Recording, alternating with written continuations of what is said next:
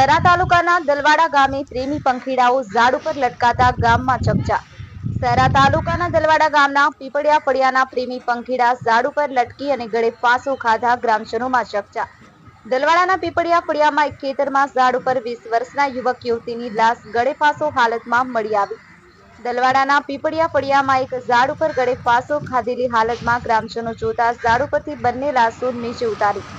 સમગ્ર ઘટનાની સહેરા પોલીસ મથકે જાણ થતા પોલીસ ઘટના સ્થળે પહોંચી તપાસ હાથ ધરી અને આગળની કાર્યવાહી કરી।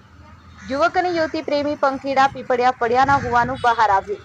પોલીસે યુવક યુવતીની લાશને સહેરા સરકારી હોસ્પિટલ ખાતે પોસ્ટમોર્ટમ માટે ખસેડવામાં આવી। પોસ્ટમોર્ટમ કર્યા બાદ યુવક યુવતીની લાશને પરિવારજનોને સોંપાઈ। દલવાડાના પીપળિયા ફળિયામાં એક ઝાડ ઉપર યુવક યુવતીની લાશ જોતા પરિવારજનો અને ગ્રામજનોમાં શોકનું મોજું ફરી વળ્યું હતું। પંચમહાલ સત્ય ન્યૂઝ સહેરા।